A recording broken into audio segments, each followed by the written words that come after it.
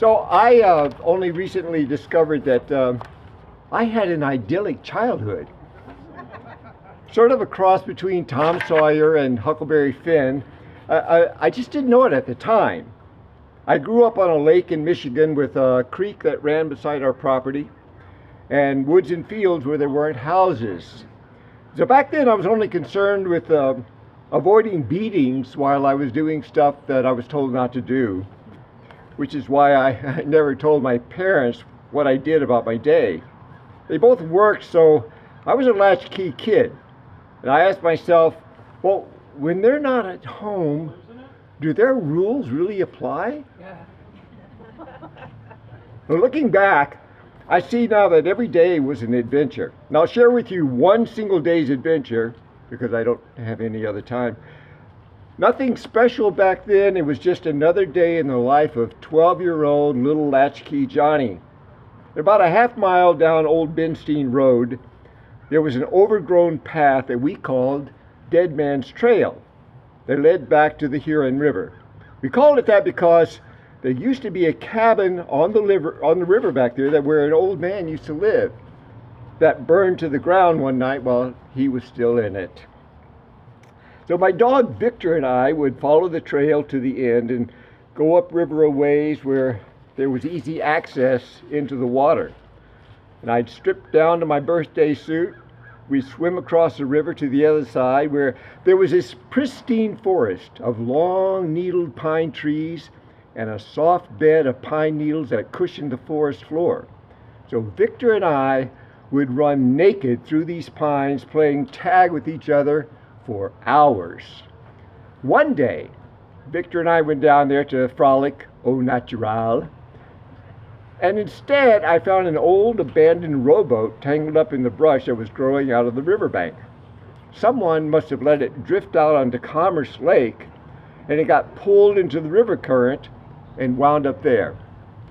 So the adventure synapses in my brain started firing.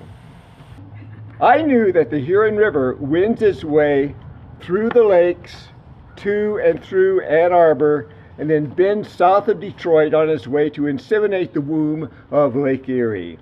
So my 12-year-old brain decided that it was time to follow the river to Ann Arbor, a college town that I dearly loved even then. So we ran back home to prepare our voyage. Crossing the vacant lot next to our house, I ran into Davy Caton. He was one of my kick-around buds. Davy, go pack a lunch. I want to show you something down Dead Man's Trail. Well, okay, let me ask my mom. Do not ask your mom. And don't let her see you making a lunch. You see, Davy was a year older than I and about 25 pounds heavier. But he was kind of a mama's boy. The summer before, I had built a single plank merry-go-round in the vacant lot, and he was my test subject.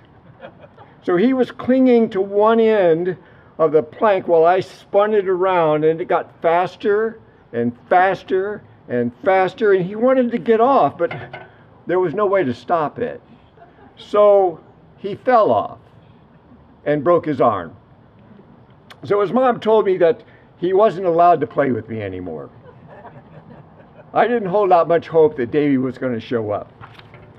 Victor and I dashed into my kitchen and I slapped together a couple of sandwiches, a PB&J and a bologna with mustard on pasty white Wonder Bread, which back then built strong bodies 12 ways.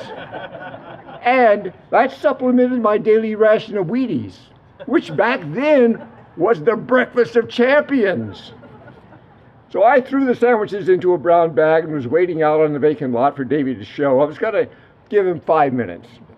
And then I was going to take off. I was making my way to the road when Davy shows up with his Superman meets Batman lunchbox in tow. He slinked under the windows of his house and we hit the road to Dead Man's Trail. Well, we get to the boat, free it from the tangled web of gnarly brush and shove it into the river. And I crafted a pole with my trusty hunting knife and we're off. Victor took his usual rowboat stance, back feet on the forward seat with his front paws perched on either gunwale at the bow, becoming kind of a figurehead and spirit of safe passage for our mighty river vessel. And I stood in the back as master guide, poling the boat downriver. Davy sat in the middle seat, protecting his superhero lunchbox. About a quarter mile downriver, Davy made a discovery. The boat was leaking. Now, Davy couldn't swim, so a little panic set in with him, even though the river wasn't that deep. I mean, I could still pole the boat. But to assuage Davy's fears, I told him, just bail the water out. So he dug at the water with his hands, trying to splash it out over the sides, but the water was coming in faster than he could splash. About a half mile downriver, the water in the boat was ankle deep. And Davy, this is all true, folks. This is really true. Davy was getting out of breath while flailing at the water to little avail, and I was poling nonchalantly along while Victor occasionally barked at perch and bluegill, just telling them to get out of the way. I can't keep up with the water coming in, Davy cried out. His panic was growing. Well, empty your lunchbox and use that. But my lunch will get all wet.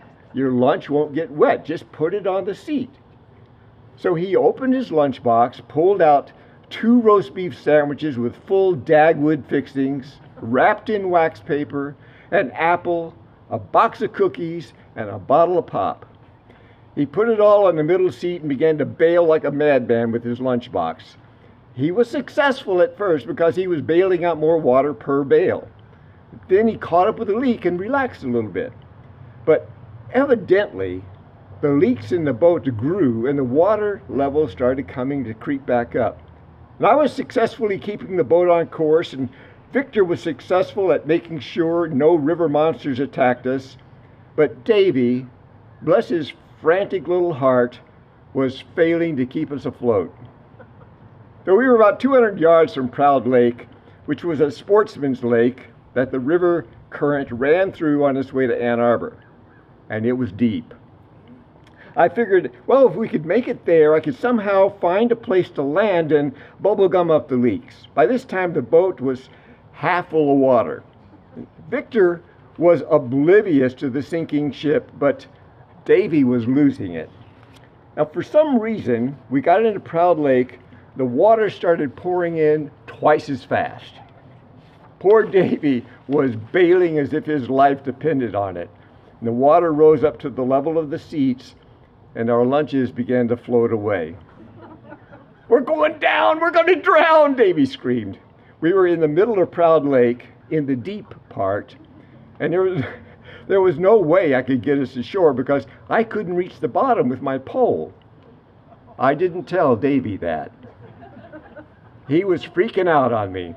The water rose up to the gunwale at the stern where I was, and Victor turned around, saw what was happening, looked at me, cocked his head, and abandoned ship.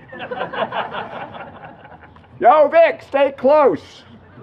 So Victor, without ever being trained, always understood me for some reason and always did exactly what I told him to do. So we had a connection, Victor and I knew that he was going to have to help me with Davy. Our lunches floated away out into the lake, and Davy reached for his sandwiches and failed. So, my lunch, and as he reached for the apple, he fell in. I jumped in after him, thinking I was going to help him to shore, which was about 150 yards away. Instead, Davy grabbed me around the neck and clung to me like a buoy and pulled me under. So I had to fight my way to the surface while he rode my back. Remember, he's about 25 pounds heavier than I. I thought if I could get loose from him, I could possibly rock the boat, turn it upside down, and we could propel it towards shore. I'd done that 100 times in our lake with our rowboat. Too late. While Davy had me in a stranglehold, the boat did a slow, graceful, Titanic-like back dive into the deep six. Thank you very much. Yeah, I'm drowning basically. So anyway, Victor was dog paddling around us and barking at Davy when he could, and Davy kept pulling me under. Thank you very much for that. trying to keep his head above water, and I did get a little panicky at that point. The deal is, now, just about everything I knew about life at that time, I learned from the movies. Here's a case where life had to imitate art. I had seen a scene just like this in some movie, so I applied what I learned. I smacked the snot out of Davy, and he was so shocked that he let go, just enough for me to get around behind him, grab his t-shirt, and keep him afloat. I told him to kick like crazy, and I had to shake him and knock him upside the head again to keep him present. He finally started kicking, which helped me to keep his head out of the water. Then I told him, watch Victor, who was dog paddling around us. Good old Vic, he wasn't going to leave me. So Davy learned how to dog paddle while kicking, and I guided him towards shore, with Victor leading the way. So Davy learned how to swim that day, but I told him never tell his mom how he learned. It took a few weeks for Davy to recover and speak to me again, but after a while we were buds once more. So this was just an average day in my young life that I never talked about till now because I didn't want to get in trouble. And honestly, it was no big deal to me at the time. I didn't think much of it. But as I look back, I see that the freedom I had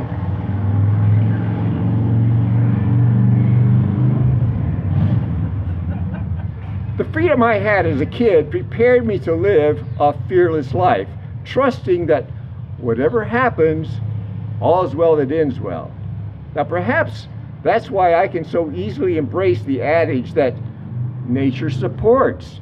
If you follow your bliss, trust the force, and have your spirit animal by your side. God bless you, Victor, and chase a heavenly squirrel for me.